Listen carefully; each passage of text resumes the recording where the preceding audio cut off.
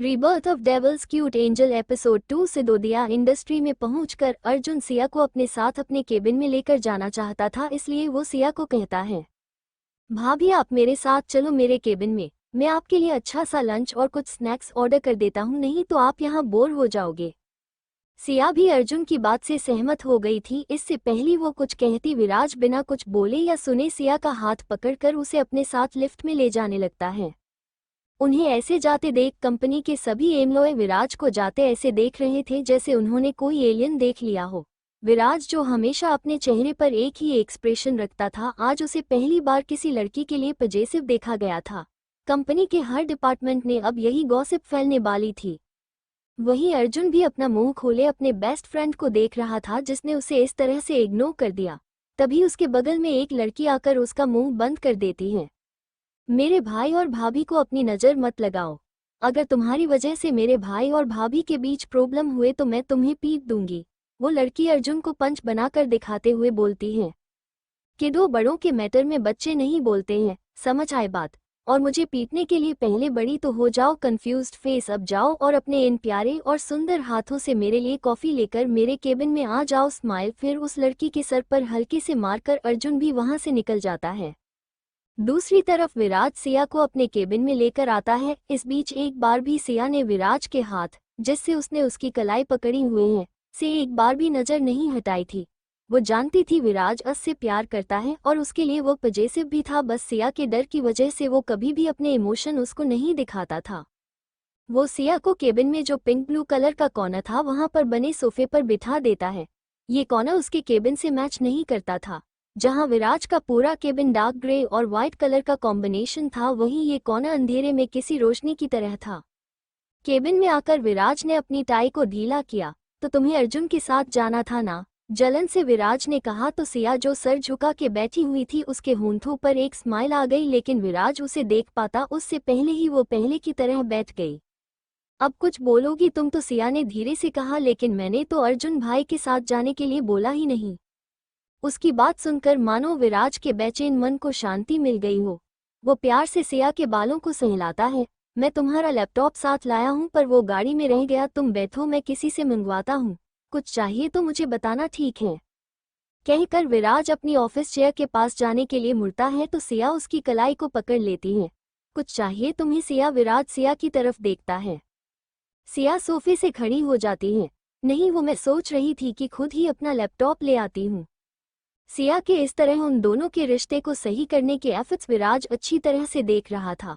उसने सिया का हाथ अपने हाथ में पकड़ा तो सिया सकपका गई और विराज की तरफ देखने लगी। वो विराज की उन काली गहरी आंखों में खो जैसे गई थी।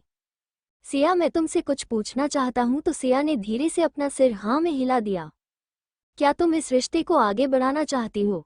देखो, अगर तुम नहीं चाहती तो मैं तुम्हारे सामने भी नहीं आऊंगा, आई प्रोमिस। लेकिन तुम मुझे छोड़कर नहीं जा सकती हो। सच बोलना सिया, तुम्हारा जो भी डिसीजन होगा मैं हमेशा तुम्हारे डिसीजन की रिस्पेक्ट करूंगा। सिया कुछ देर खामोश रही। जब विराज ने सिया को इतना शांत देखा तो उसने कहा, कोई बात नहीं, तुम स्ट्रेस मत लो, मैं तुम्हें परेशान नहीं करूंगा। मैं कॉन्फ्रेंस रूम में जा रहा हूँ। जब विराज केबिन से बाहर जा रहा था तो सिया ने उसे पीछे से हक कर लिया। आप हमें ऐसे छोड़ के मत जाइए, हम इस रिश्ते को आगे बढ़ाना चाहते हैं। ये सुनकर विराज पीछे मुड़ा और सिया को अचानक अपने आगोश में समा लिया। अचानक हक करने से सिया चौंक गई और विराज से बोली, पर हमें समय लगेगा। फ्राउनिंग, मेरा मतलब है अभी हम एक दूसरे को अच्छे से जानते भी नहीं हैं। उसकी मासूमियत भरी आवाज सुनकर विराज के चेहरे पर मुस्कान आ गई। वो झुककर सिया के पास आया। वाइफी, जानने के लिए तो पूरी उम्र पड़ी है और तुम्हें जितना समय लेना है ले सकती हो, कहकर उसने पहली बार सिया के फोरहेड पर किस किया। उसके उस चुंबन के एहसास से सिया की आंखें अपने आप बंद हो गई। वहां दूसरी ओर अर्जुन के केबिन में एक लड़की कॉफी लेकर आई। क्या तुम्हें इतने भी मैनर नहीं है कि बॉस के केबिन में नोक करके आते हैं? अर्जुन ने स्माइल के साथ बोला। आई एम सॉरी सर, उस लड़की ने अर्जुन को गुस्से से घूर कर देखता हुए कहा। अरे किडो, तुम तो गुस्सा हो गई। अच्छे बच्चे गुस्सा नहीं करते हैं, ग्रिनिंग कैट फेस, अर्जुन ने कॉफी की सीप लेते हुए कहा। उस लड़की ने उसे फिर से घूरा और उसके ऑफिस से बाहर जाने लगी। जब तक मैं तुम्हें जाने के लिए नहीं कहता तब तक तुम बाहर नहीं जा सकती हूँ, मिस महक सिसोदिया, विंकिंग फेस। जी हाँ, ये लड़की है विराज और अथर्व की जान, उनकी छोटी बहन महक, जो अपने इंटर्नशिप के लिए यहाँ अर्जुन के साथ है। महक ने इंटरव्यू तो कपूर इंडस्ट्री में दिया था, लेकिन अर्जुन की वजह से वो सिसोदिया इंडस्ट्री और कपूर इंडस्ट्री के बीच एक पांडुलम बन गई थी। फाइल्स एक ऑफिस से दूसरे ऑफिस लाना, फिर काम होने के बाद फाइल्स वहां छोड़ना, ऊपर से अर्जुन का उसे हर वक्त परेशान करना, इन सब चीजों की वजह से महक के मन में जो अर्जुन के ऊपर क्रश था वो अब गुस्से में बदल गया था। लेकिन बेचारा अर्जुन तो उसे इसलिए परेशान करता था कि वो उसके करीब रह सके। हालांकि कपूर और सिसोदिया कंपनी के बीच 5 मिनट का ही फर्क था।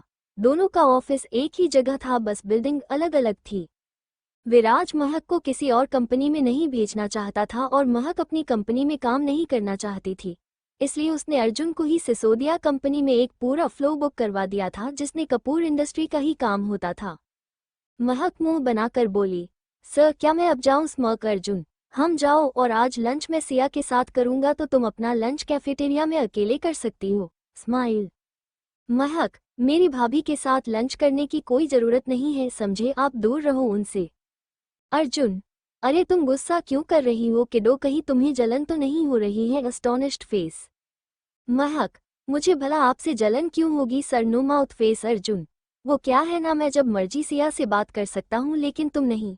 मैं वहाँ रहता हूँ, हम लोग अच्छे दोस्त हैं, लेकिन वो तुम्हें तो जानती ही नहीं है, इसलिए तुम्हें जलन हो रही है ना। अर्जुन की बात सुनकर महक अपना सिर झुका लेती है, क्योंकि सिया तो अन लोगों के बारे में कुछ जानती ही नहीं है। उसे उदास होता देखकर अर्जुन को समझ आ जाता है उसने कुछ गलत बोल दिया है। सॉरी महक, मैं मजाक कर रहा था। तुम्हें लगता है तुम्हारा भाई अपनी बीवी को मेरे साथ लंच करने देगा? महक की आंखों से आंसू निकल जाते हैं, जिसे देख अर्जुन जल्दी से महक को अपने गले लगा लेता है। सॉरी किडो, सॉरी, रोना बंद करो। ये सुनकर महक का रोना और तेज हो गया था, जिसे सुनकर अब अर्जुन को ही गिल्टी फील हो रहा था। वो जानता था महक बहुत ही इमोशनल लड़की है, उसका सिया से मिलने का बहुत मन था और उसने उसी बात पर महक का मजाक उड़ा दिया था। थोड़ी देर बाद जब महक चुप हुई तो विराज ने उसे कुछ टिश्यू दिए आंसू पोंछने के लिए।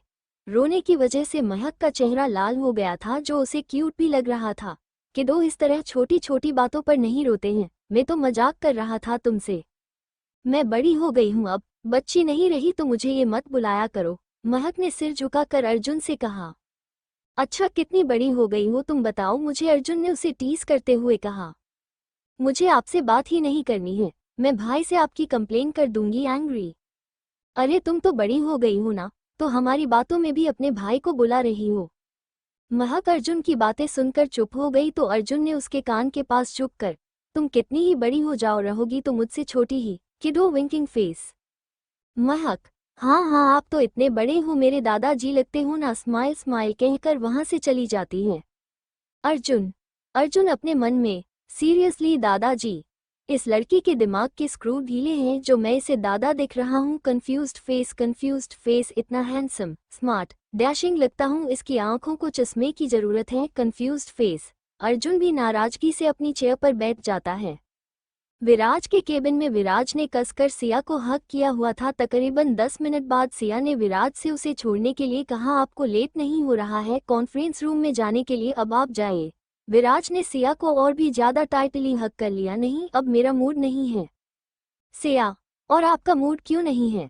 विराज, मुझे अपनी बीवी के साथ टाइम बिताना है तो मैं कहीं नहीं जा रहा हूँ। स्माइल। विराज ने सिया की कमर को पकड़े हुए ही कहा। सिया, अब आप जाइए ना, कोई आ जाएगा। विराज, कौन आएगा यहाँ बिना मेरी मर्जी के? I am the boss here wifey. Viraj ने एटीट्यूड से सिया को कहा। विराज ने फिर कास कर सिया की कमर को पकड़ लिया। उसी टाइम अमन दोनों हाथों में कुछ फाइल्स का ढेर लेकर अंदर आ गया। इससे पहले विराज उसे बिना नोक किए आने के लिए डांटता अमन बोल उठा, सॉरी बॉस, वो मुझे लगा नहीं था आप, मेरा मतलब है आप दोनों इस तरह से। इससे पहले सिया अमन की वजह से ज्यादा एम्ब्रास फील करती। विराज उसे टोकते हुए कहता है, Aman stop it you idiot, you are making her uncomfortable and why are you here? Aman, sir मैं आपकी फाइल्स कॉन्फ्रेंस रूम से ले आया हूँ, और कुछ मीटिंग्स मैंने पोस्टपोन कर दी हैं और कुछ मैंने ऑनलाइन अरेंज कर दी हैं। ये आपका आज का शेड्यूल है जो मैंने आपको मेल कर दिया है। Have a good day sir. Smile smile कहकर अमन वहां से भाग जाता है। वहीं सिया के चेहरे पर शर्म की लाली छाई हुई थी। तभी विराज अमन को फोन करके सिया का लैपटॉप लाने के लिए कहता है और सिया को सोफे पर बिठा देता है। तुम्हें जो करना है तुम कर सकती हो यहाँ पर, ये स्पेस मैंने स्पेशली तुम्हारे लिए ही डेकोरेट करवाया था। सिया, आपको कैसे पता मैं यहाँ कभी आऊंगी? तो विराज स्माइल करते हुए उससे कहता है, मुझे भरोसा था खुद पर एक न एक दिन तुम्हारे दिल में अपने लिए जगह बना ही लूंगा। जिसे सुन सिया का फेस सफेद पड़ जाता है। अगर उसका पुनर्जन्म ना हुआ होता तो वो यहाँ कभी भी नहीं आ पाती। वो गिल्टी फील कर रही थी कि किस तरह विराज ने अपने प्यार के कारण उसे अपनी जिंदगी में इतनी इम्पोर्टेंस दी है और उसने कभी भी विराज के प्यार को समझने की कोशिश ही नहीं की। इन्हीं बातों को सोचकर उसकी आंखों से आंसू झलक जाते हैं, जिसे देख विराज उसके फेस को अपने हाथों में भर के कहता है। सिया का छोटू सा फेस विराज के हाथों परफेक्टली आ जाता है। सिया, क्या हुआ तुम्हें? तुम रो क्यों रही हो? सिया सिसकते हुए, मैंने आपको बहुत हर्ट किया है ना? तो विराज उसे प्यार से समझाते हुए कहता है, नहीं सिया, तुमने मुझे हर्ट नहीं किया है और मैं जानता हूँ मेरी सिया मुझे कभी हर्ट कर ही नहीं सकती है। सिया, आपको ऐसा क्यों लगता है कि मैं आपको हर्ट नहीं कर सकती हूँ? विराज, क्योंकि मैं जानता हूँ मेरी सिया को। विराज सिया की नाक पर किस करते हुए बोलता है। तभी ऑफिस दूर नोक होता है और अमन लैपटॉप लेकर अंदर आता है। सर, मैडम का लैपटॉप। विराज, इसे टेबल पर रख दो और तुम जाओ यहाँ से। अमन अपना सिर हिलाकर वहाँ से चला जाता है। तुम्हें जो भी करना है तुम यहाँ करो, मैं यहीं हूँ, ओके? सिया भी हाँ में अपना सिर हिला देती है। वहीं दूसरी ओर रैना सड़क सुपरमार्केट से कुछ सामान लेकर बाहर आई। उसने अपनी गाड़ी सुपरमार्केट के सामने पार्क की थी। जैसे ही वो सड़क क्रॉस करने लगी थी, एक कार उसी वक्त से कुछ दूरी से उसकी तरफ चलना स्टार्ट हो जाती है। रैना आधे सड़क में पहुंच चुकी थी जब अचानक से इस कार की स्पीड इंक्रीज हो गई। जैसे ही रैना ने कार को स्पीड में आते देखा, वो दौड़कर रोड क्रॉस करने लगी थी, लेकिन वो कार सीधे जाने की जगह रैना की तरफ आ रही, जिसे देख रैना डर गई। वो अपनी जगह से हिल भी नहीं पा रही थी। वो कार लगभग रैना को जान ले लेती, लेकिन उससे पहले ही उसे किसी ने अपनी ओर खींच लिया। तुम ठीक हो क्या? उस लड़के ने रैना से पूछा, जो कि इस हादसे की वजह से एक बुत बन गई थी। अचानक से होश आए और रोने लग गई। उसे रोते देखकर वो लड़का उसे गले लगा देता है। शश, चुप हो जाओ रैना, कुछ नहीं हुआ है, तुम ठीक हो अब, कहकर उसकी पीठ को सहलाने लगा। थोड़ी देर बाद जब रैना नॉर्मल हुई तो उसने मास्क लगाए हुए अथर्व को देखा और खुद को संभालते हुए कहा, थैंक यू मेरी जान बचाने के लिए। अथर्व, कोई बात नहीं, अपना ध्यान रखा करो। चलो मैं तुम्हें तुम्हारे घर छोड़ देता हूँ। रैना, नहीं मैं ठीक हूँ और मैं अपनी गाड़ी लेकर आई हूँ। थैंक यू वेरी मच आज के लिए। वहीं थोड़ी दूर कार में कामिनी बैठी हुई थी, उसके साथ ही कार में दिव्यम भी बैठा था। तभी दिव्यम उससे पूछता है, मुझे समझ नहीं आ रहा है तुम रैना को क्यों मारना चाहती हो? कामिनी, तुम नहीं समझोगे दिव्यम, ये लड़की सिया की बेस्ट फ्रेंड ही नहीं, उसकी जिंदगी में उसका सबसे बड़ा सपोर्ट भी है। जब तक ये जिंदा है कैसे भी करके ये सिया को बचा ही लेगी। दिव्यम, ऐसा क्यों? कामिनी, इनकी इसी दोस्ती की वजह से कंफ्यूज्ड फेस, इसलिए सिया को मारने से पहले इसे रास्ते से हटाना ही होगा। वहीं अर्जुन के केबिन में है, किडो कम टू माई कैबिन कहकर अर्जुन ने फोन काट दिया। थोड़ी देर बाद महक उसके केबिन में नोक करके अंदर आ गई। आपने बुलाया सर? महक ने अर्जुन से कहा। विराज, हाँ किडो मैंने बुलाया तुम्हें। स्माइल, तुम मेरे साथ लंच पर चलोगी क्या? महक, सॉरी सर, मैं बॉस के साथ लंच नहीं कर सकती हूँ, मुझे कैफेटेरिया में अकेले खाना खाना है। विराज, कोई बात नहीं किडो, वैसे मैं सोच रहा था हम बाहर खाना खाने जाएंगे, इसी बहाने कोई डेलिशियस खाना खा पाएगा, पर कोई बात नहीं मैं ही खा लूंगा। महक सर झुका के अपने मन में, अगर मैं अर्जुन के साथ जाती हूँ तो अपना फेवरेट खाना खा सकती हूँ। यमी फेस, नहीं तो घर में अथर्व भाई मुझे घास फूस ही खिलाएंगे। डिसअपॉइंटेड। महक, सर मैं चल रही हूँ ना। स्माइल, हम जल्दी चलते हैं, रिजर्वेशन भी तो करवाना है। वहीं अर्जुन ध्यान से इस भूखी बिल्ली को देख रहा था, जो टेस्टी खाने के नाम से ही अपनी बात पर पलट गई थी। उसे देख कौन कह सकता है कि वो सिसोदिया अंपायर की प्रिंसेस है। वो अलग बात थी कि अथर्व की वजह से उसे प्रॉपर डाइट लेनी पड़ती थी, जिसने अक्सर हेल्थी डाइट ही फॉलो करनी होती थी, इसलिए महक हमेशा घर पर खाना न खाने के बहाने ढूंढती थी। रैना के वहां से जाने के बाद अथर्व भी वहां से अपनी गाड़ी की तरफ चला जाता है। जब वो अपनी गाड़ी स्टार्ट करने वाला होता है तो उसका ध्यान रैना की तरफ चला जाता है। उसे रैना का वो डरा हुआ चेहरा अपने सामने नजर आने लगता है, कैसे उसने उसे हग किया था।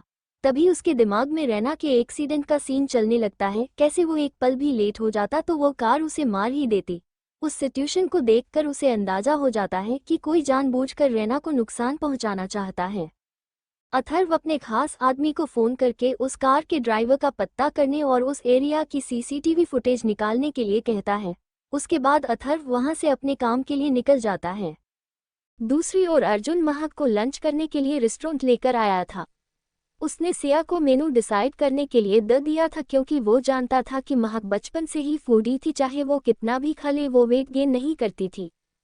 अर्जुन, किडो तुम्हें जो खाना है तुम मंगवा सकती हो। स्माइल। महक, और इस खास मेहरबानी की वजह सर स्मर्क। महक ऑर्डर देने के बाद बोली। अर्जुन, तुम्हें ऐसा क्यों लगता है कि तुम्हें खाना खिलाने के पीछे कोई वजह ही होगी? तुम भूल रही हो बचपन से लेकर आज तक मैं ही हूँ जो तुम्हें ये यमी फेस टेस्टी खाना खिलाने बाहर लाता हूँ। अर्जुन पानी पीते हुए बोला। महक, तो क्या हुआ अगर आप मुझे टेस्टी खाना खिलाते हैं? कंफ्यूज्ड फेस, मैं भी तो आपकी छोटी बहन जैसी हूँ ना। स्माइलिंग फेस, इतना तो आप मेरे लिए कर ही सकते हो। अर्जुन जो पानी पी रहा था वो महक की बातें सुनकर पानी खांसी के साथ बाहर आ गया। वो जोर जोर से खांसने लग गया। महक भी घबरा कर उसकी गर्दन को मसाज करने लगी।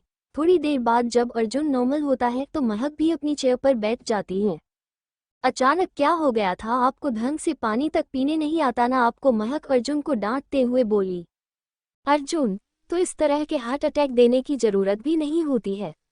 और किडो, मैं तुम्हारा भाई नहीं हूं ना भाई जैसा हूं, समझ आई बात?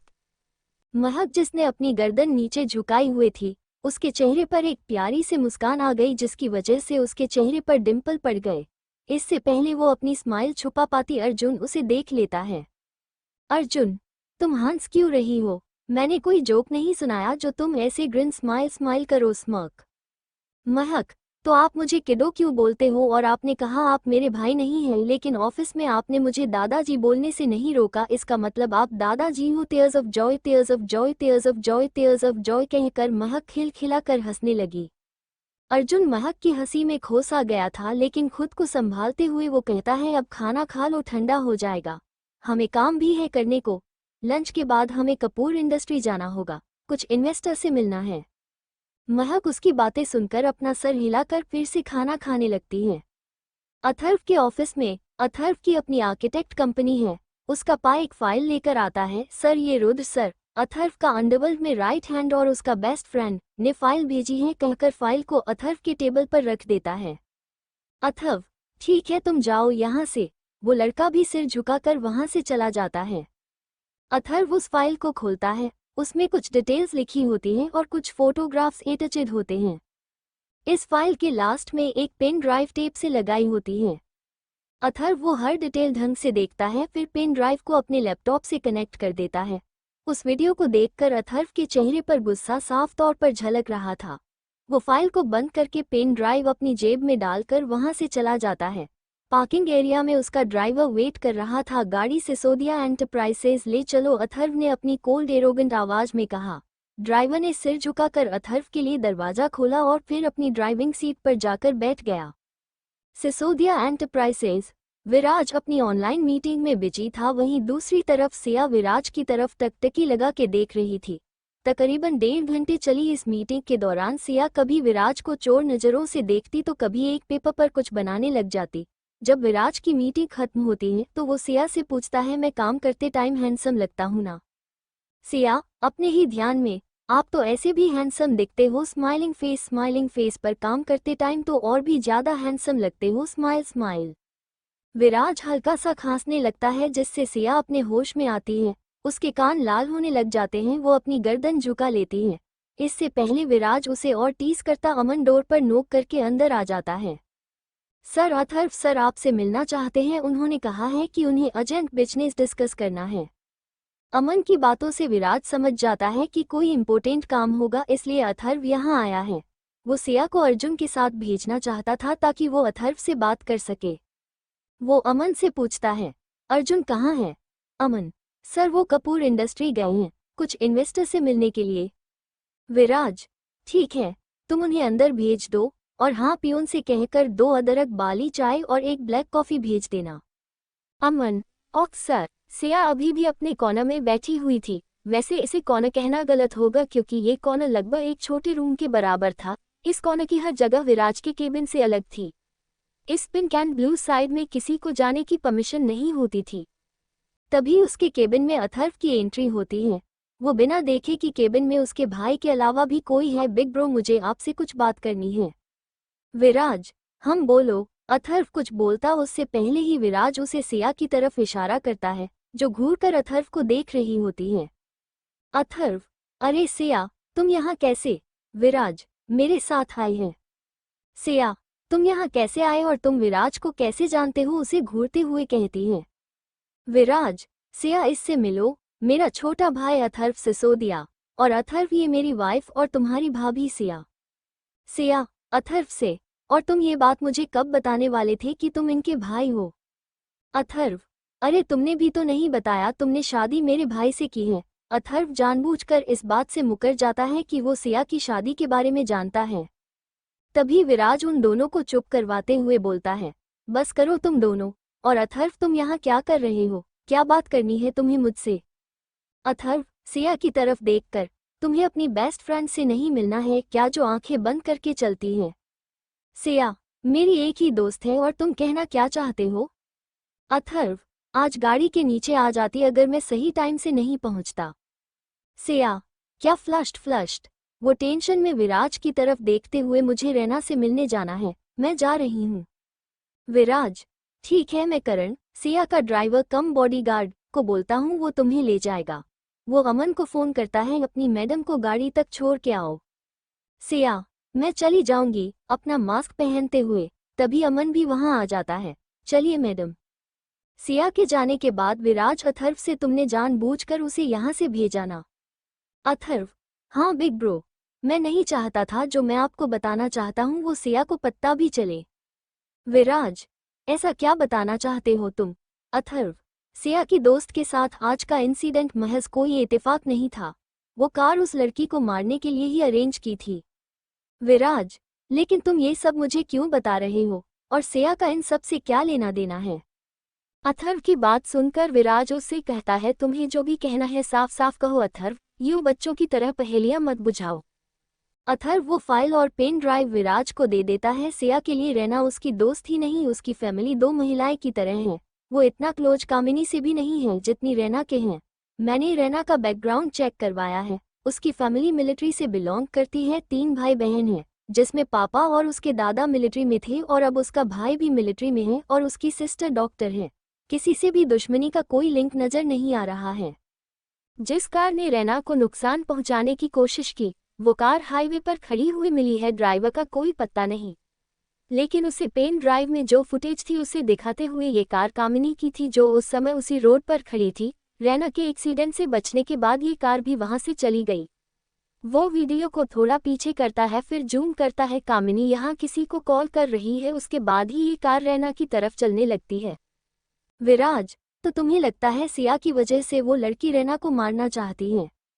अथर्व, फिलहाल सबूत तो इसी और इशारा कर रहे हैं, लेकिन बिना किसी सॉलिड एविडेंस के हम किसी पर इल्जाम नहीं लगा सकते हैं। विराज, उस ड्राइवर का पत्ता लगाओ, कल शाम तक वो मुझे कॉटेज में चाहिए, और इस कामिनी पर नजर रखो। अथर्व, भाई वो राहुल आजकल कामिनी के साथ देखा गया है। विराज, उड़ने दो उन्हें खुले आसमान में, जिस दिन उन्होंने कुछ किया तो जिंदा लाश बना दूंगा। और वो लड़की अपनी फैमिली के साथ रहती है क्या? अथर्व, भाई मेरी इन्फॉर्मेशन के अनुसार वो अकेले रहती है अपने अपार्टमेंट में, लेकिन बिल्डिंग में सिक्योरिटी इतनी अच्छी नहीं है, और वो हॉलीडेज में घर जाती है या फिर अपने हॉलीडेज भाभी के साथ स्पेंड करती है। विराज, ठीक है, तुम उसका ध्यान रखना। अगर वो तुम्हारी भाभी के लिए इम्पोर्टेंट है तो उसकी सिक्योरिटी की रिस्पॉन्सिबिलिटी भी हमारी है। अथर्व, ठीक है भाई, मैं कुछ लोगों को उसके पीछे लगा देता हूँ। अथर्व अपने भाई की बातें सुनकर वहां से चला जाता है। वही कार में सिया एक बार फिर अतीत की यादों में खो जाती है। वो कैसे ये बात भूल सकती थी कि पिछले जन्म में भी रैना का एक्सीडेंट हुआ था और उसकी पैर में फ्रैक्चर हो गया था, जिसकी वजह से वो 3 महीने तक बेड रेस्ट पर थी। उसके बाद भी रैना पर कई बार हमले हुए।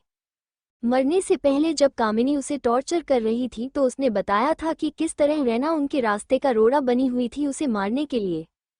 सिया को शक था कि हो ना हो इस बार ये हमला भी कामिनी ने ही करवाया है। सिया अपने ध्यान में थी जब करण उसे कहता है, मैडम हम पहुंच गए।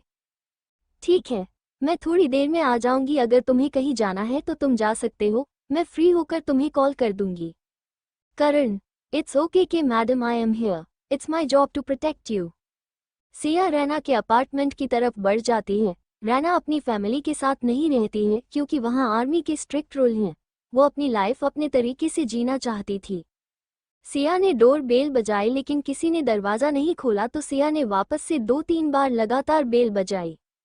तभी अंदर से अचानक दरवाज़ा खुला और हाथ में करछी पकड़े रैना बाहर निकली। अरे सिया, तुम इस वक्त यहाँ क्या कर रही हो? आओ, अंदर आओ ना। सिया उसके अपार्टमेंट में अंदर आए तो रैना उससे पूछती है, रैना तुम यहाँ अचानक कैसे? सिया, तुमने बताया नहीं आज तुम्हारे ऊपर किसी ने हमला किया था। रैना, हमला ये किसने कहा तुमसे? सिया, किसी ने भी कहा हो, तुमने मुझे क्यों नहीं बताया? रैना, अरे वो ड्राइवर का दिमाग खराब होगा या पक्का शराबी होगा। वो गाड़ी मेरे ऊपर ही चढ़ाने वाला था पर उसी टाइम वो साइको ठीक वक्त पर आ गया और मैं बच गई। सिया, अपना ध्यान रखा कर रैनी, तू जानती है ना how much I love you. Raina, I too love you darling. तुम बैठो, मैं तुम्हारे लिए कुछ खाने को लाती हूँ। सिया अपने मन में, अगर ये हमला कामिनी दी ने करवाया है तो मैं उन्हें छोड़ूंगी नहीं। सिया और रैना बातों में लगी हुई थी जब सिया को करण का कॉल आया। उससे बात करके सिया रैना से कहती है, अच्छा मैं चलती हूँ, तुम अपना ध्यान रखना, बाय।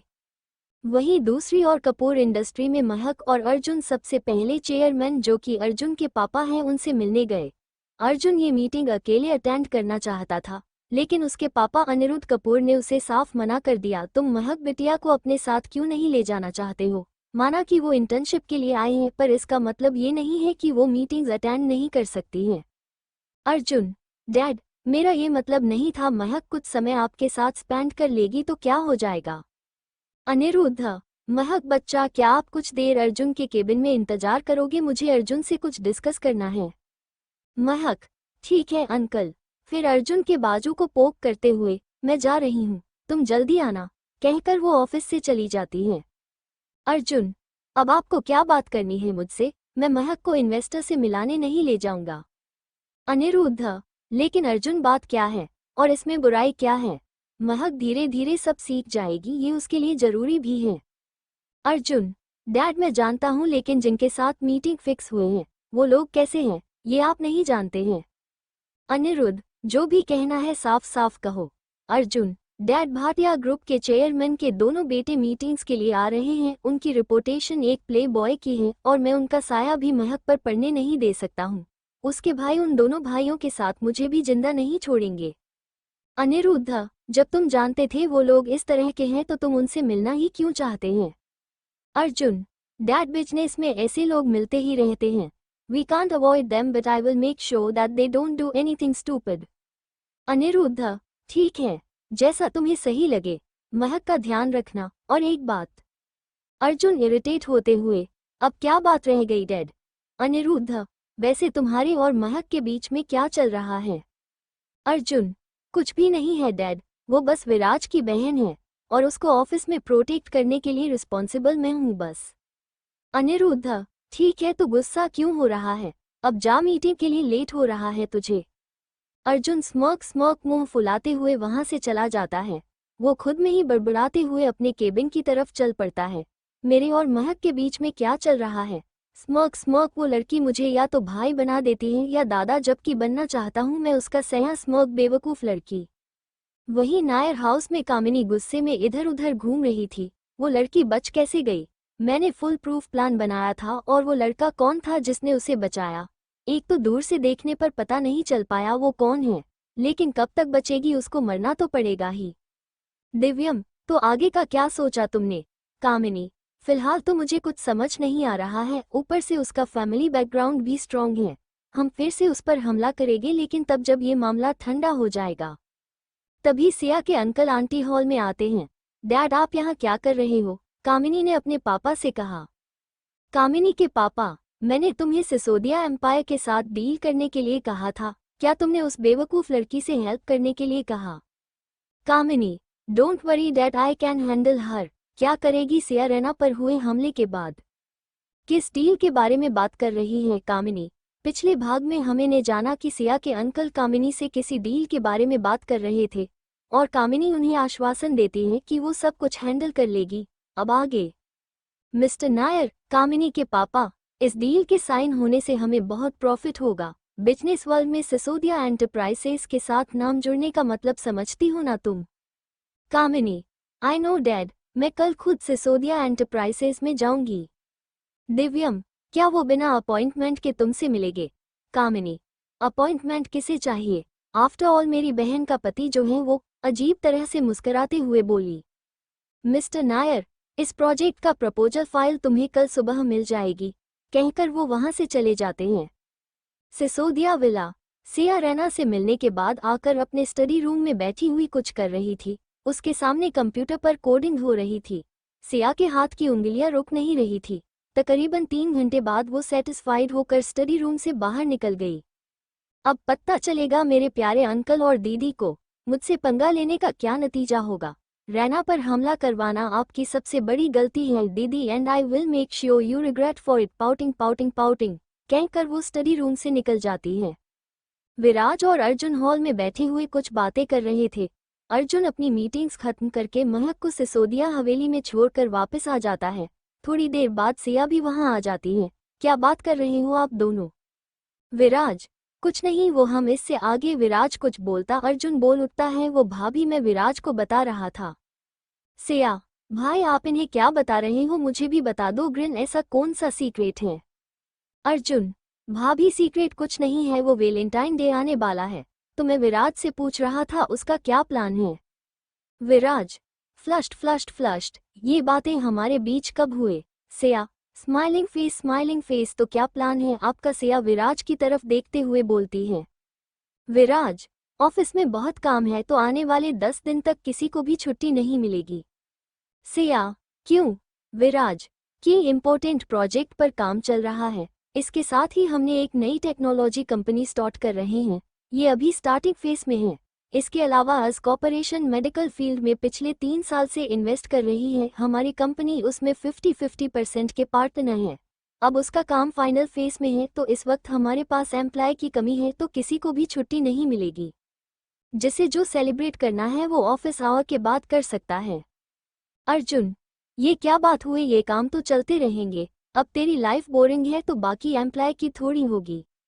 सिया अर्जुन की हाँ में हाँ मिलाते हुए, हाँ सब आपको तरह बोरिंग थोड़ी होते हैं। Smirk smirk. Viraj, boring? Siya Viraj के एक्सप्रेशन देखकर सकपका गई। सिया एक ही सांस में, अरे खाना खा लेते हैं, लेट हो रहा है, खाना ठंडा हो रहा है, आप लोग भी क्या बातों में लग गए, चलो चलते हैं, कहकर डाइनिंग टेबल की तरफ मुड़ गई।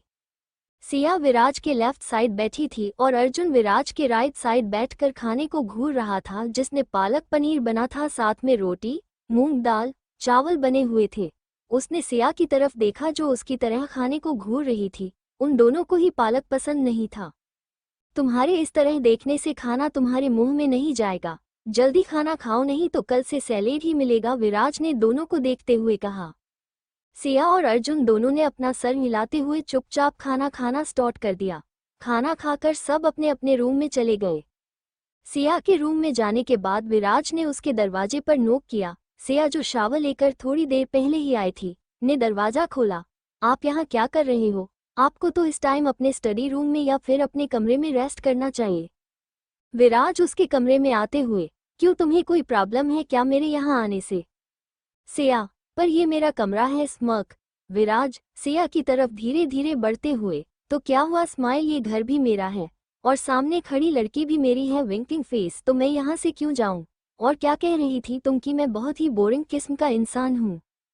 सिया उसे बीच में ही रोकते हुए, अरे ये सब तो अर्जुन भाई बोल रहे थे, मैंने थोड़ी कहा। Open mouth smile, open mouth smile, जबरदस्ती हंसते हुए, आपको कोई गलतफहमी हो गई होगी, मैं भला आपके बारे में क्यों कुछ कहूंगी। विराज सिया के करीब जाकर उसे उसकी कमर से पकड़ लेता है। सिया के बाल गीले थे जिसकी वजह से उसकी टी शर्ट उसके शरीर से के साथ चिपक गई थी। विराज के इस तरह पकड़ने से सिया असहज महसूस कर रही थी। क्या हुआ तुम्हें सिया? तुम्हारे कान लाल क्यों हो रहे हैं? क्या तुम मुझे देखकर ब्लश कर रही हो? विराज ने सिया के कान के नजदीक जाकर कहा।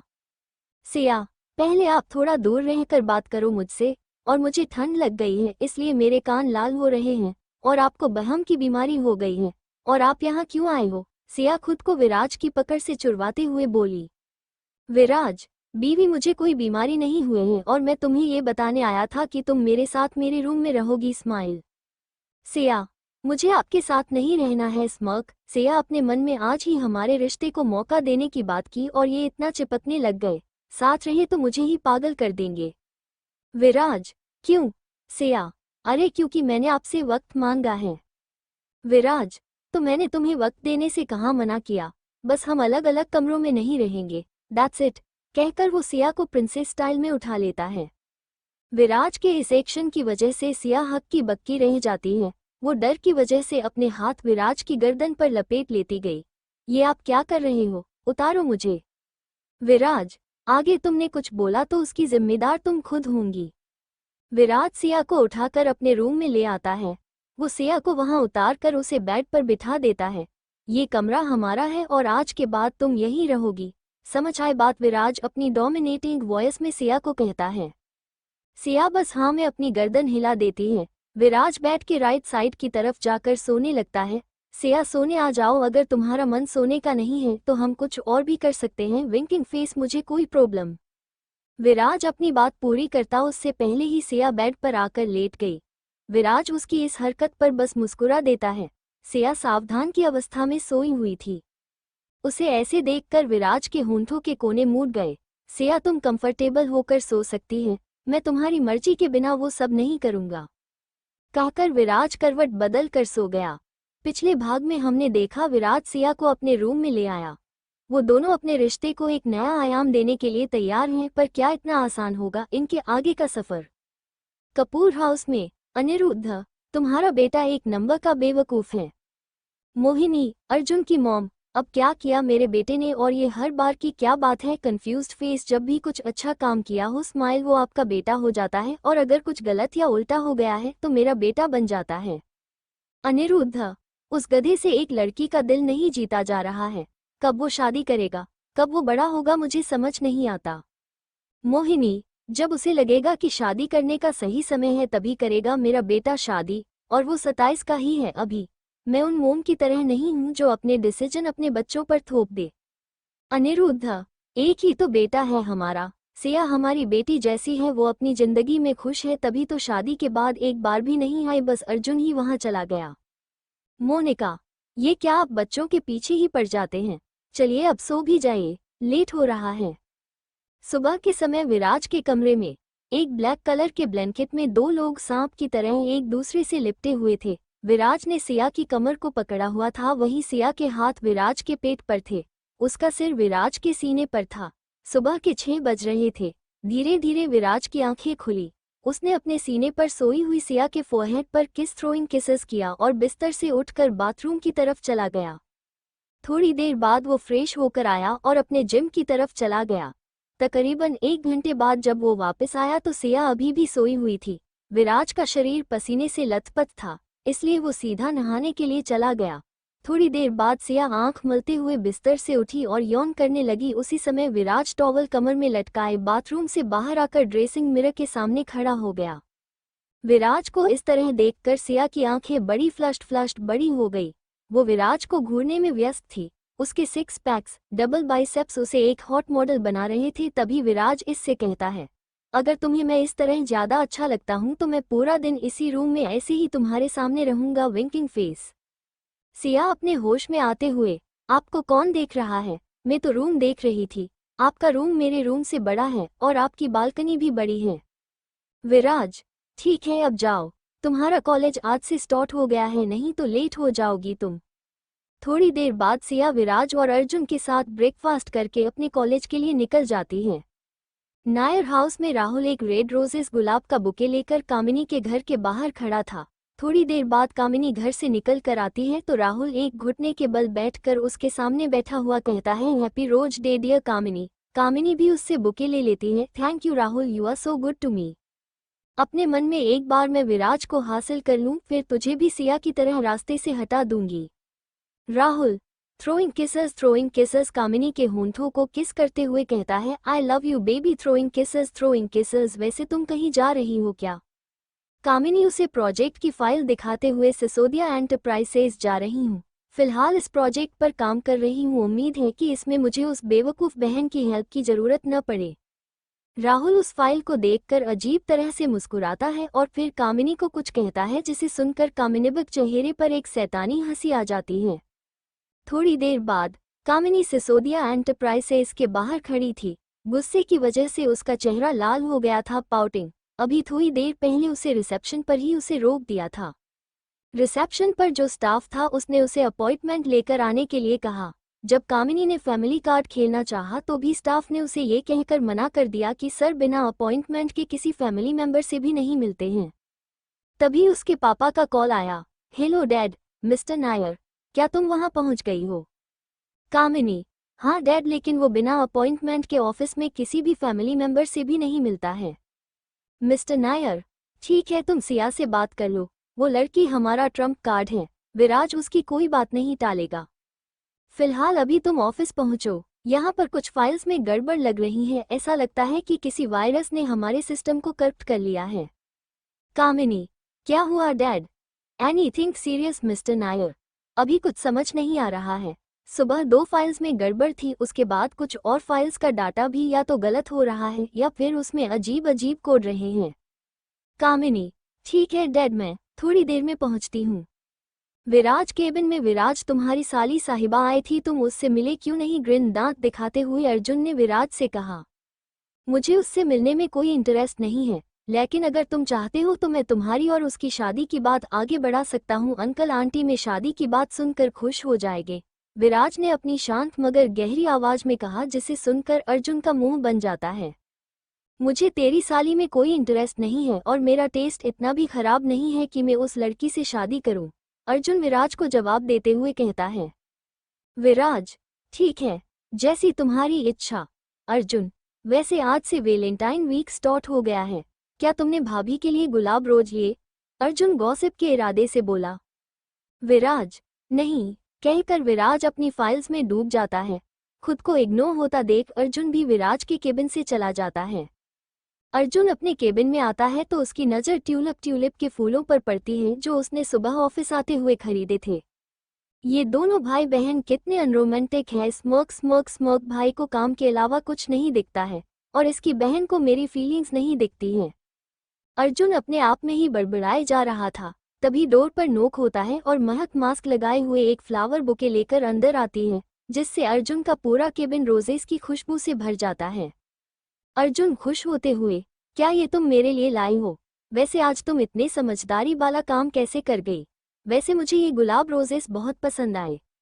अर्जुन अपनी ही धुन में बोले जा रहा था। महक उसे टोकने वाली थी पर फिर कुछ सोचकर वो फूल फ्लावर वेस में डालने लगती है। अर्जुन, वैसे भी मैं इतना हैंडसम हूँ तो तुम्हारे छोटे से दिमाग में ये बात आ गई होगी कि तुम्हें ये फ्लावर इसके सही हकदार की देने चाहिए। महक, जो इतनी देर से अर्जुन की बकवास सुने जा रही थी, सर ये बुके मुझे बाहर किसी ने दिए थे, अब मुझे रोजेस से एलर्जी है तो मैं ये आपके लिए ले आई क्योंकि इतने प्यारे फूलों को कोई कैसे फेंक सकता है। स्माइल स्माइल स्माइल स्माइल, महक स्माइल करते हुए बोलती है, जिसे सुनकर विराज का मुंह किसी कड़वे करेले की तरह हो गया। पिछले भाग में हमने पढ़ा अर्जुन विराज से रोज डे के बारे में पूछता है लेकिन विराज उसे इग्नोर कर देता है और अर्जुन अपने केबिन के लौट आता है जहां उसने एक ट्यूलिप फ्लावर का बुके खरीद कर रखा होता है। तभी वहां महक आती है जिसने अपने हाथों में रोजेस के बुके पकड़े हुए थे। अब आगे अर्जुन, इसका मतलब तुमने ये फूल नहीं खरीदे हैं? महक, जी सर, ये फूल मैंने नहीं खरीदे हैं। अपने मन में इतनी देर से और क्या बोल रही हूँ मैं, लेकिन आपको अपनी ही बातों से कहाँ फुर्सत है, बेवकूफ स्मर्क। अर्जुन, तो तुम इन्हें यहाँ क्यों लाई हो? Confused face. महक, क्योंकि मुझे इनसे एलर्जी है। स्माइल, और इतने प्यारे फूल मैं वेस्ट नहीं करना चाहती हूँ। स्मर्क। अर्जुन, तुम जाओ यहाँ से और इन फूलों को भी लेकर जाओ। लेकिन महक फूलों को वहीं छोड़कर चली जाती है। अर्जुन, ये लड़की मेरी सुनती क्यों नहीं है? दोनों भाई बहन एक जैसे हैं खड़ूस।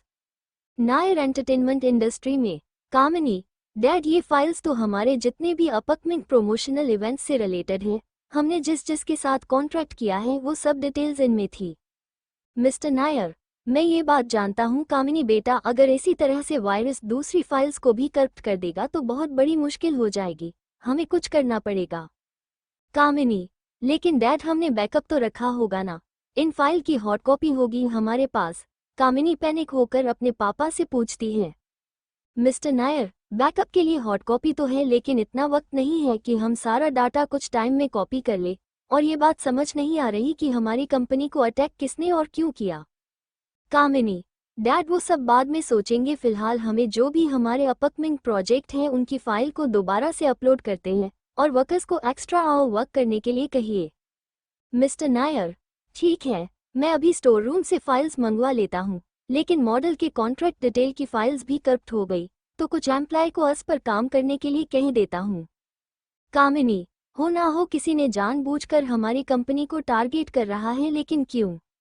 मिस्टर नायर, इसका कारण तो हम नहीं जानते बेटा, क्या तुमने किसी को ऑफेंड किया है?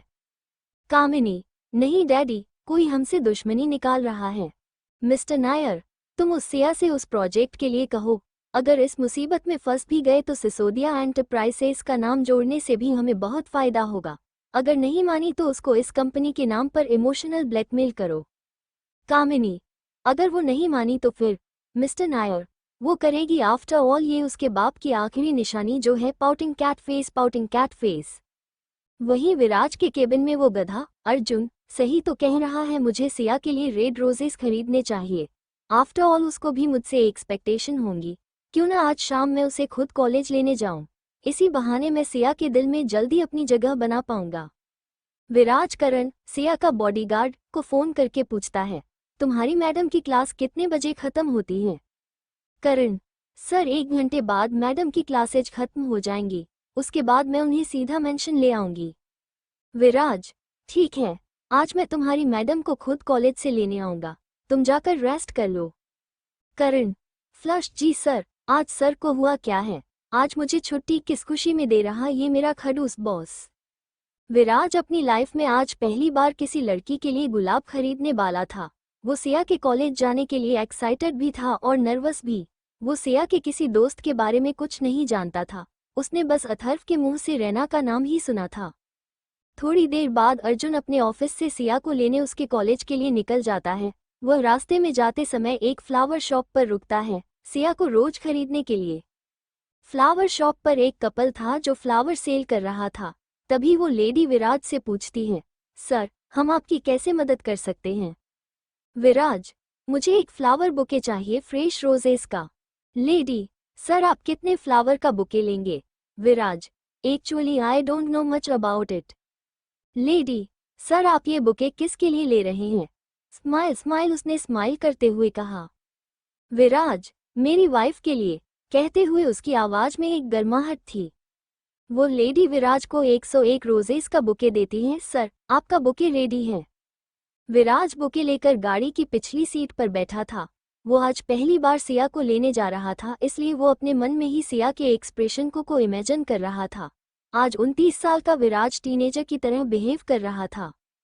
वहीं सिया के कॉलेज में सिया जैसे ही क्लासेज खत्म करके आए, उसका मोबाइल रिंग होना शुरू हो गया। ये फोन उसकी बहन का था।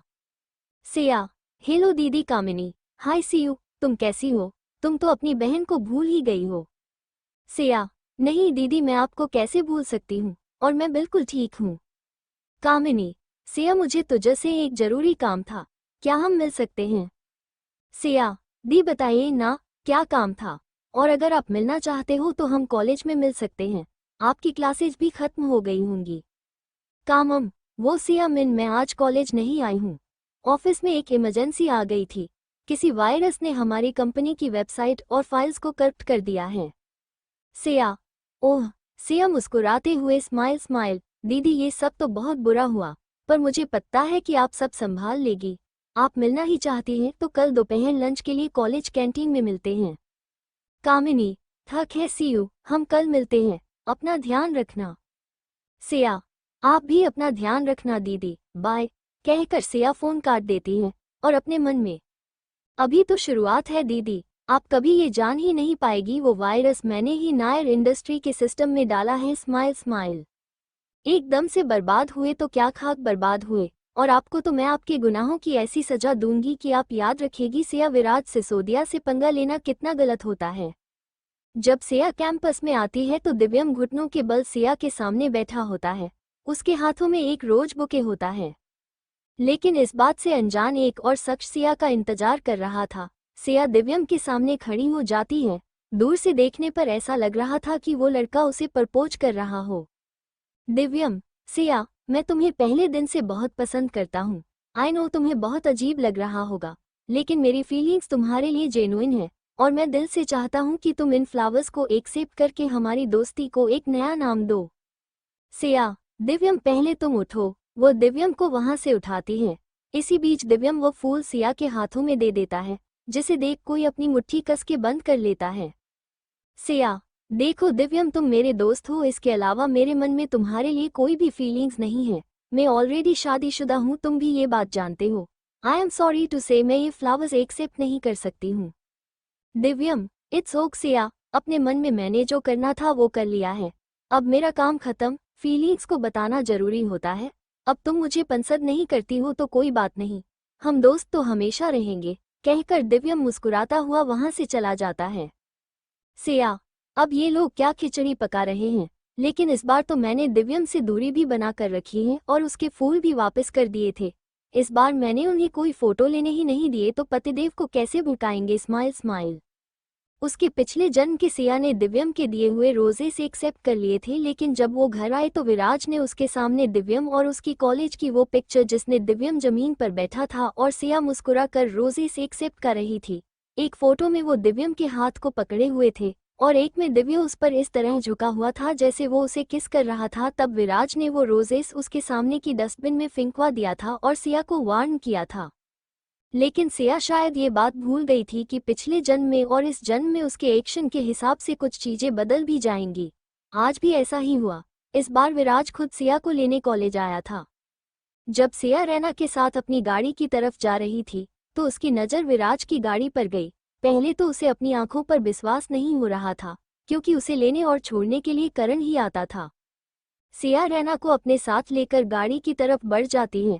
जब वो वहां पहुंचती है तो विराज गाड़ी से मास्क लगाकर बाहर निकलता है तो सिया उससे पूछती है, सिया, आप यहाँ क्या कर रहे हैं? विराज, देख रहा था मेरी बीवी कॉलेज में क्या करने आती है। Confused face. विराज धीमे लेकिन गुस्से में बोलता है जो सिर्फ सिया को सुनाई दे, अपने पति के होते हुए तुम दूसरों से फूल ले रही हो। सिया, अरे विराज, आप गलत समझ रहे हैं, मैं आपको समझाती हूँ ना, आप रैना से पूछ लो, मैंने उनसे फूल नहीं लिए थे। रैना, सिया सच कह रही है मिस्टर सिसोदिया, रैना ने उसको रिस्पेक्टफुली जवाब दिया। विराज, ठीक है, अब तुम गाड़ी में बैठो। तभी अथर्व की गाड़ी भी वहां आ जाती है। भाई, आप यहाँ फ्लश्ड भाभी को लेने आए हैं क्या? अथर्व ने विराज को टीस करते हुए कहा।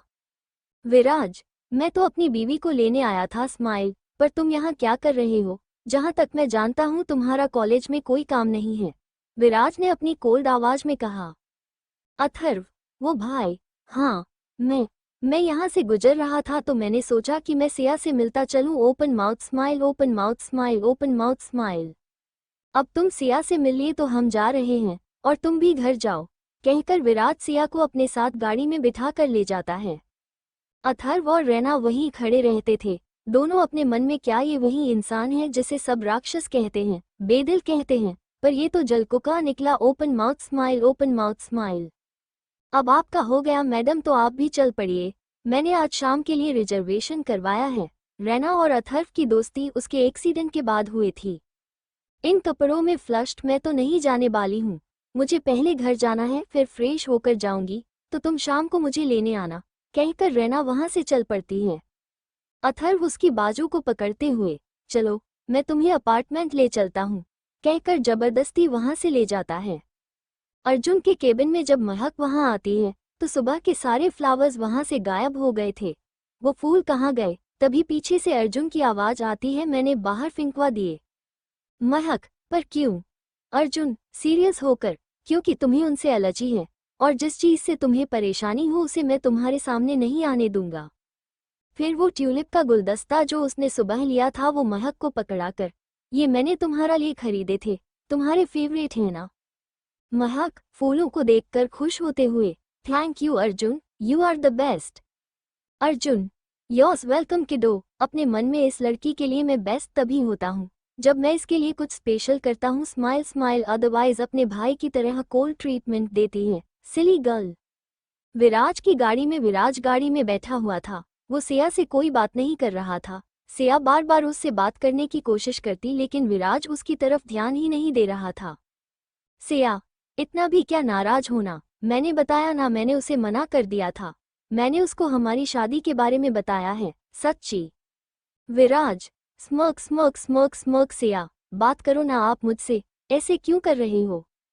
लेकिन विराज सिया को कोल्ड ट्रीटमेंट देना जारी रखता है। वही सिया अपने मन में सोचती है कितने खड़ूस हैं ये, कंफ्यूज्ड फेस में बेचारी नन्ही सी जान, कितनी देर से इन्हें मना रही हूँ। Disappointed disappointed. तभी उसकी नज़र पीछे रखे एक बड़े बुके पर पड़ती है। वो उस बुके को लेने के लिए पीछे मुड़ती है लेकिन वो बुके पीछे विराज की साइड वाली जगह था तो वो उसे लेने के लिए पूरी तरह से पीछे की ओर मुड़ जाती है।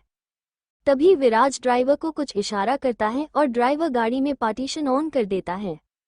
जब सिया पीछे से बुके लेकर अपनी सीट पर बैठने वाली होती है तो अचानक से विराज उसे खींचकर अपनी गोद में बिठा देता है।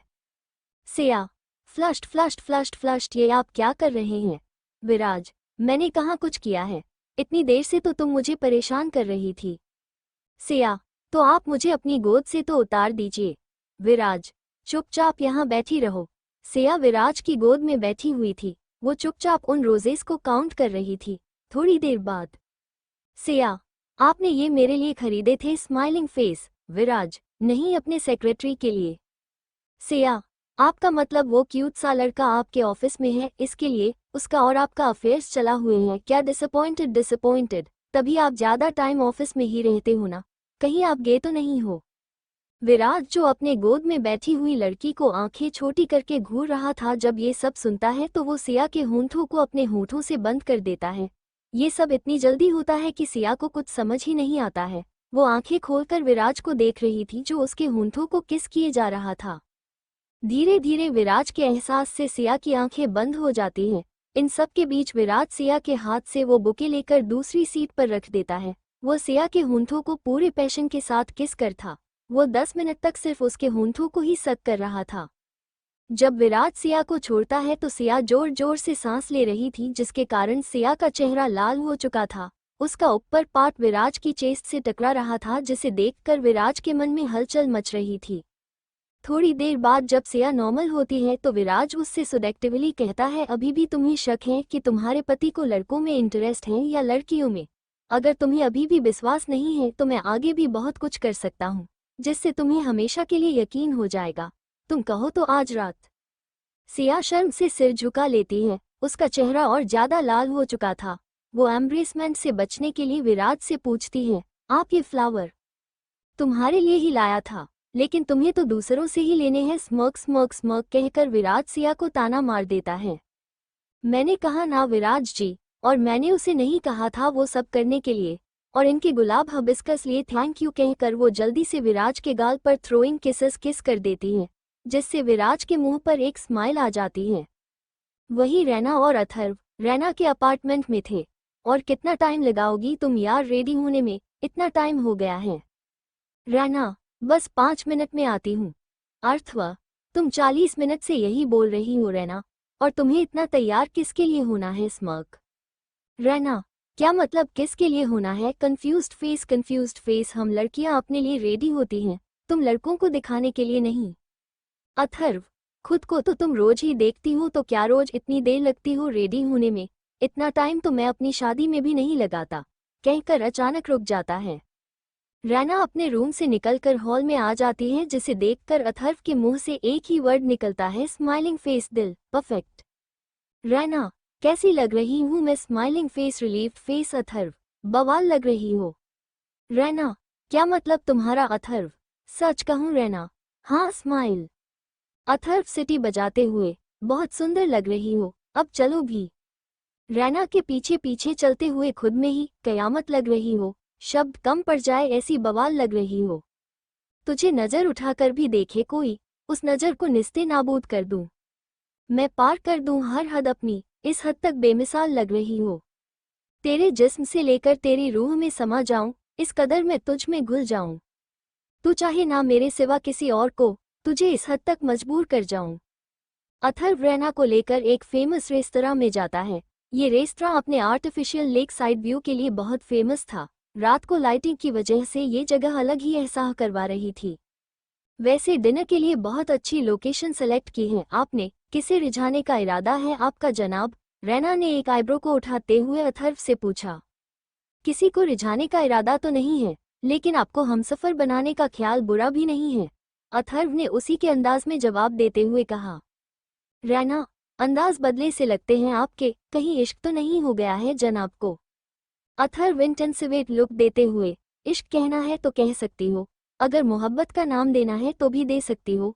धड़कनों में बसने लगी हो अब तुम हमारी। आप हमारे साथ फ्लर्ट कर रहे हो अथर्व? रैना इससे पूछती है। लेकिन शुरुआत भी तो आपने ही की ना मोहतरमा, मैं तो बस जवाब दे रहा था। लेकिन अगर आप चाहती हैं तो हम दोस्ती के रिश्ते से बढ़कर कुछ और भी हो सकते हैं, अथर्व रैना से कहता है। दोनों ऐसे ही एक दूसरे से बात कर रहे थे।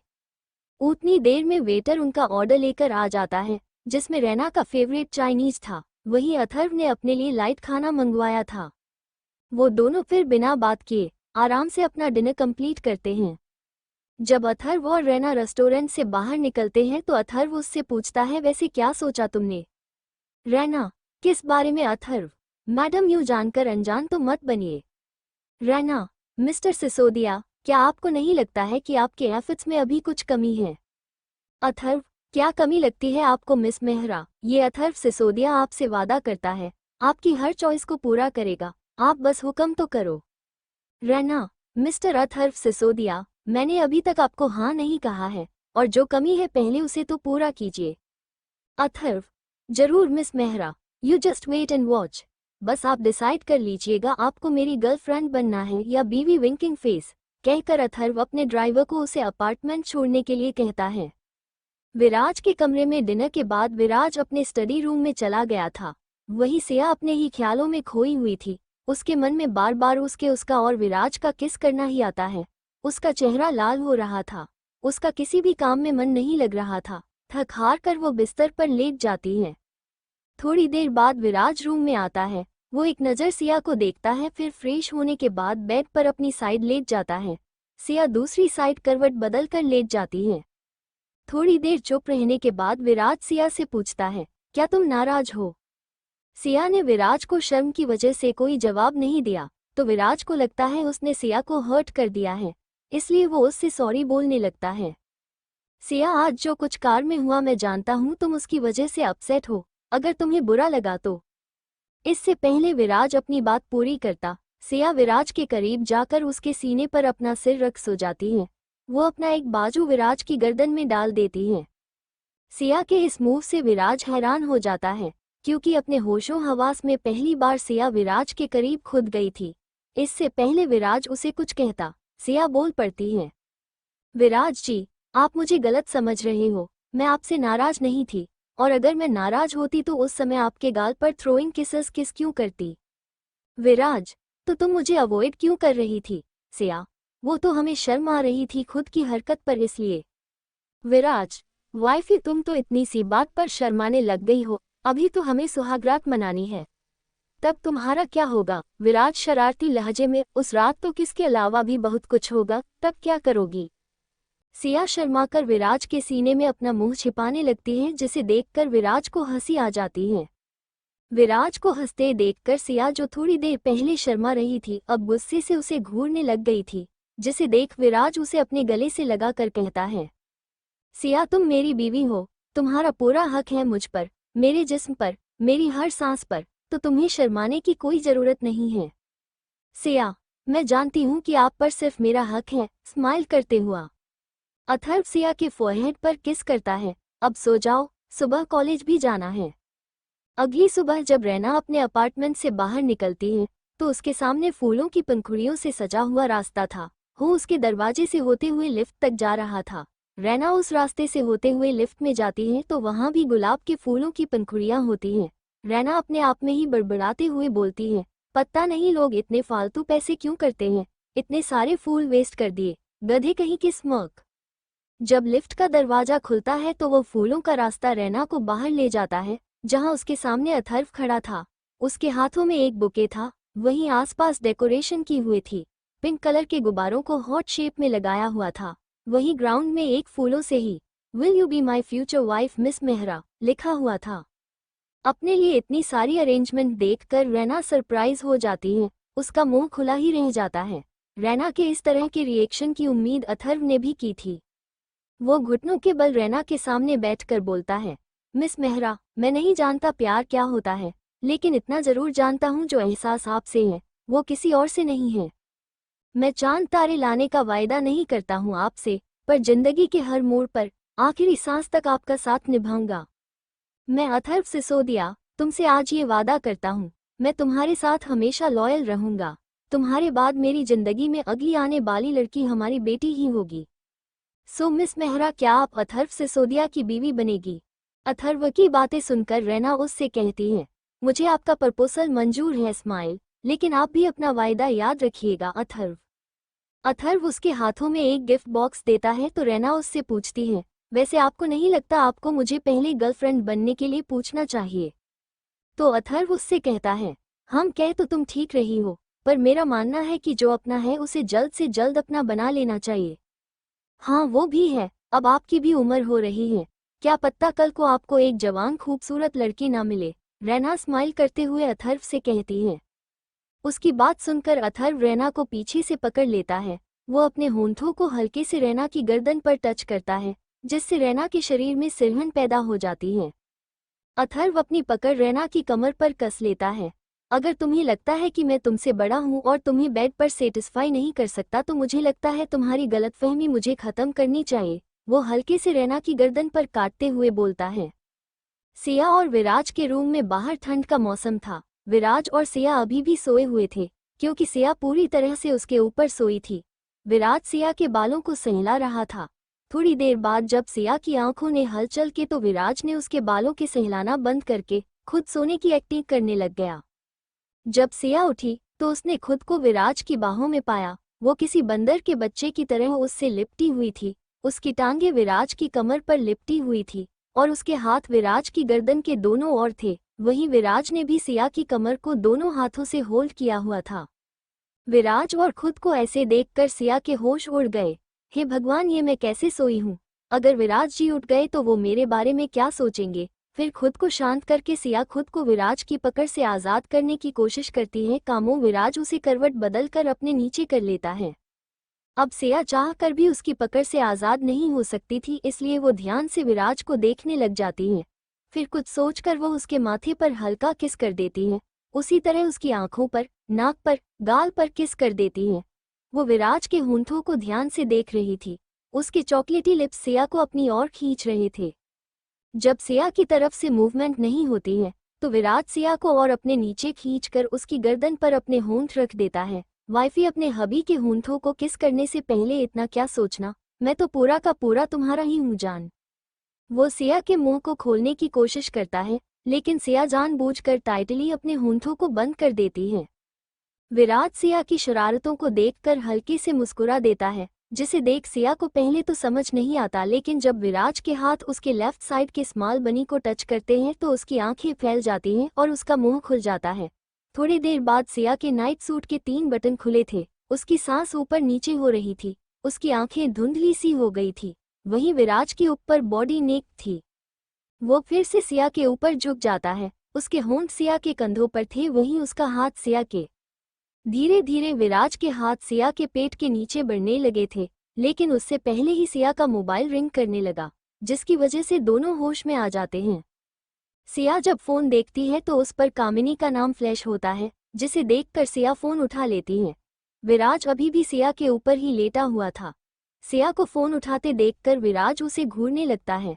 जैसे ही सिया फोन उठाती है, कामिनी की बेचैन आवाज उसके कानों में पड़ती है। सियू, तुम कहाँ हो बेबी? तुम ठीक तो हो? सुबह के 7 बज रहे हैं। कामिनी की बात सुनकर विराज का जहां मुंह बन जाता है, वही सिया अपनी आंखों को रोल करते हुए बोलती है, दी मैं ठीक हूँ।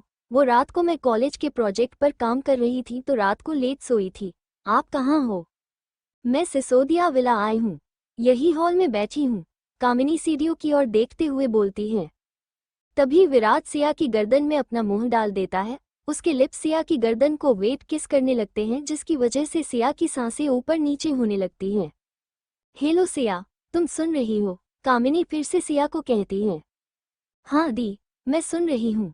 आप यहाँ कैसे आए, मतलब क्यों आए हो? सिया अपनी सांसों को काबू करते हुए बोलती है। लेकिन तभी विराज सिया के कंधे पर काट देता है, जिसकी वजह से वो चिल्ला देती है।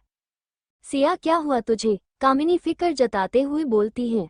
तो सिया उससे कहती है, दी वो कहीं से कॉकरोच आकर मुझ पर गिर गया, वो मैं उसे देखकर डर गई थी। आप बताओ, आप यहाँ क्यों आई हो? मैंने तुझे बताया था ना, मैं तुझसे कॉलेज में मिलने वाली थी, पर मेरी मीटिंग है उस टाइम, तो मैं अभी आ गई। ठीक है दी, मैं फ्रेश होकर आती हूँ। फिर से सिया के जाने की बात सुनकर विराज उसके सीने पर हल्के से दांत गड़ा देता है, जिसकी वजह से सिया कराह उठती है। इससे पहले कामिनी उससे सवाल करती सिया जल्दी से फोन काट देती है। सिया विराज को अपने ऊपर से धक्का देकर बेड की दूसरी तरफ कर देती है। क्या हुआ तुम्हें? अब विराज सिया से पूछता है। आप अभी क्या कर रहे थे? आप जानबूझकर मुझे एम्ब्रेस कर रहे थे ना? सिया नाराजगी से विराज से पूछती है। विराज, हाँ कर रहा था। तो सिया, पर क्यों? एक तो तुम्हारी उस सो कॉल दीदी ने हमारा इतना अच्छा मोमेंट खराब कर दिया और उल्टा तुम ही नाराज हो रही हो। अब उठो, जल्दी से फ्रेश हो जाओ। ऐसा न हो तुम्हारी बहन हमारे बेडरूम को ही अपनी प्रॉपर्टी समझकर यहाँ घुस जाए। कहते हुए विराज सिया को उठाकर बाथरूम में छोड़ देता है। विराज को बाहर जाता देख सिया उससे कहती है, अब आप कहाँ जा रहे हो? क्या आपने फ्रेश नहीं होना है? विराज उसके नजदीक जाकर उस पर झुककर कहता है, बीवी तुम सच में चाहती हूँ मैं तुम्हारे साथ फ्रेश होऊं? नहीं नहीं, मेरा मतलब था अगर आपको लेट हो रहा है तो आप पहले नहा लेते, मैं बाद में फ्रेश हो जाऊंगी। सिया जल्दी जल्दी विराज को समझाते हुए बोलती है। बीवी मैं सोच रहा था हमें अपने और अपने होने वाले फ्यूचर के लिए टाइम और पानी दोनों की बचत करनी चाहिए, तो चलो हम दोनों साथ में नहाते हैं। विराज सिया को परेशान करते हुए बोलता है। मुझे परेशान करना बंद करिए और जाइए यहाँ से। सिया विराज के होंठों की हंसी देखकर बोलती है। ठीक है बीवी, पर अगर तुम्हें मेरी मदद चाहिए तो मैं नहाने में तुम्हारी हेल्प कर दूंगा। कहकर विराज हंसते हुए वहां से स्टडी रूम में बने बाथरूम में चला जाता है। वहीं हॉल में कामिनी की नज़र सीढ़ियों पर ही थी। इस लड़की को आने में इतना टाइम क्यों लग रहा है? कहीं इसके और विराज के बीच में सब ठीक तो हो नहीं रहा है? नहीं, मैं ऐसा नहीं होने दे सकती हूँ। तभी अर्जुन अपने रूम से रेडी होकर निकलता है। जब उसकी नज़र हॉल में बैठकर कॉफ़ी पीती हुए कामिनी पर पड़ती है। उसकी ड्रेस बहुत ही रिवीलिंग थी, जो उसके थाई तक आती थी, लेकिन उसके बैठने की वजह से वो और ऊपर आ जाती है। ये मुसीबत यहाँ क्या कर रही है? सुबह सुबह इसका मुंह देखना, मतलब सारा दिन बेकार जाना। स्मक, और क्या इसके घर वाले इसे कपड़े नहीं दिलाते हैं? वो कामिनी के पास जाकर कहता है, तुम यहाँ क्या कर रही हो? कामिनी, तुमसे मतलब? अर्जुन, हाँ, तुम्हारी शक्ल देखकर मेरा उल्टी करने का मन करता है, फिर मेरा पूरा दिन खराब जाता है। कामिनी, तो तुम अपने घर में क्यों नहीं रहते हो? जब देखो विराज के घर पर पड़े रहते हैं। अर्जुन, वो मेरी मर्जी है। मेरे भाई और भाभी को कोई प्रॉब्लम नहीं है तो तुम्हें भी नहीं होनी चाहिए। कामिनी, तो मेरी बहन भी यहाँ रहती है। अर्जुन हंसते हुए, बहन सच में? कामिनी, हाँ, तुम हंस क्यों रहे हो? अर्जुन, वही बहन ना जिसे बर्बाद करने के लिए तुमने कितनी कोशिशें की, उसकी दोस्त तक को मरवाने की पूरी प्लानिंग कर ली थी। कामिनी, तो तुम सब जानते हो, तो अपना मुंह बंद रखना, वरना मैं तुम्हें भी रास्ते से हटाने में पीछे नहीं हटूंगी। अर्जुन हंसते हुए, ग्रिन, तुम्हें क्या लगता है मैं अपने दोस्त से सब छिपा कर रखूंगा? भूलो मत, मैं इसी घर में रहता हूँ। बेवकूफ लड़की, इसे ये नहीं पता विराज इसकी सच्चाई पहले से ही जानता है, और इसे तो ये भी नहीं पता कि मैं अर्जुन कपूर हूँ। कोई हाथ लगाने से पहले भी 1000 बार सोचेगा, मारना तो दूर की बात है। कामिनी, ओ रियली? विराज से शादी करने के बाद मैं तुम्हें इस घर में फटकने भी नहीं दूंगी। अर्जुन, खुली आंखों से सपने नहीं देखने चाहिए मिस नायर, और तुम्हें शर्म नहीं आती? अपनी ही बहन को मारने की कोशिश करती हो और अब उसके पति पर भी डोरे डालने लगी हो। कामिनी, नहीं आती मुझे शर्म। क्या करोगे? सिया को मेरी सच्चाई बताओगे? ग्रिन, पर क्या वो अपनी बहन पर विश्वास करेगी या किसी बाहर वाले पर? कामिनी की बात सुनकर अर्जुन चुप हो जाता है, क्योंकि वह जानता था उसका और सिया का रिश्ता चाहे कितना भी अच्छा क्यों न हो, पर सिया कामिनी पर बहुत भरोसा करती थी। कामिनी, क्या हुआ? बोलती बंद हो गई हैं, अब तुम्हारी, अगली बार अपना मुंह खोलने से पहले सोच लेना। तभी उन्हें सिया की आवाज सुनाई देती है, क्या हुआ, किसकी बोलती बंद कर दी आपने दीदू? इससे पहले अर्जुन कुछ बोलता कामिनी बोल पड़ती है, वो क्या है ना सिया, मैं अर्जुन से पूछ रही थी कि वो हमेशा यहाँ ही क्यों रहता है। विराज इसे इतनी सैलरी तो देता ही होगा ना कि ये किराए पर घर ले ही सकता है। नौकरों को सिर चढ़ाकर नहीं रखा करते सीयू। तभी सिया गुस्से से उससे कहती है, पर दीदी भाई बाहर क्यों रहेंगे, वो हमारे साथ जब तक चाहे तब तक रह सकते हैं, और वो हमारे नौकर नहीं हैं, विराज जी और मेरे भाई हैं। जिसे सुनकर अर्जुन के चेहरे पर हंसी आ जाती है, वहीं कामिनी की गुस्से से मुठियां कस जाती हैं। वो अपने मन में ही मुझसे जबान लड़ा रही है, एंग्री, एक बार मैं तुझे अपने रास्ते से हटा दूं, फिर इस अर्जुन को भी जिंदा नहीं छोड़ूंगी। तभी विराज हॉल में आता है, तुम लोग अभी भी यहाँ हो?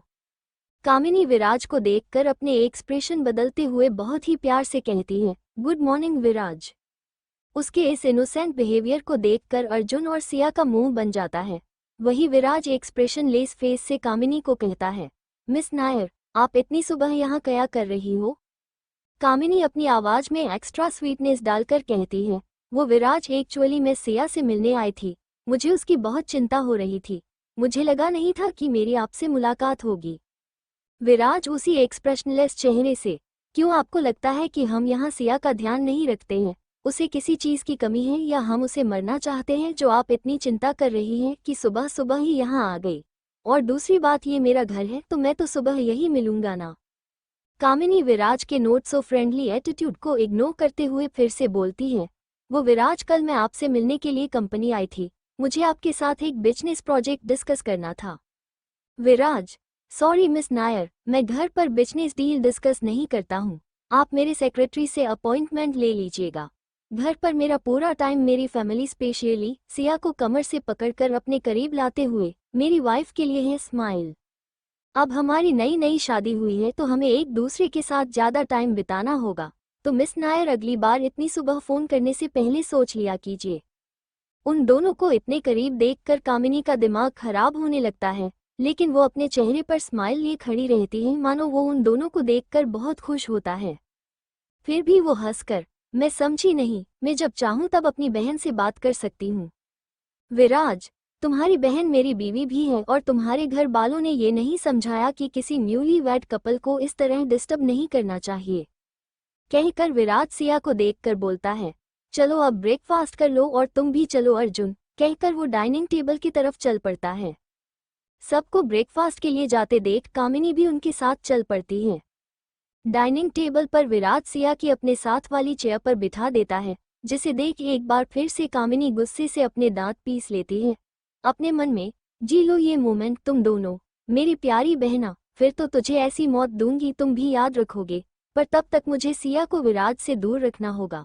मुझे जल्दी ही कुछ सोचना पड़ेगा, पर उससे पहले मुझे सिया की मदद चाहिए। उस वायरस की वजह से जो फाइल्स करप्ट हुए हैं उन्हें सिया आसानी से रिट्रीव कर सकती है। कामिनी को इस तरह देखते हुए सिया अपने मन में बहुत खुश थी। वो कामिनी को देखते हुए खुद से ही कहती है, ये तो शुरुआत है दीदी, एक वायरस ने आपको परेशान कर दिया, पर अभी तक तो मैंने कुछ किया ही नहीं। धीरे धीरे मैं आपको आपके ही जाल में फंसा कर बर्बाद न किया तो मैं भी सिया विराज सिसोदिया नहीं।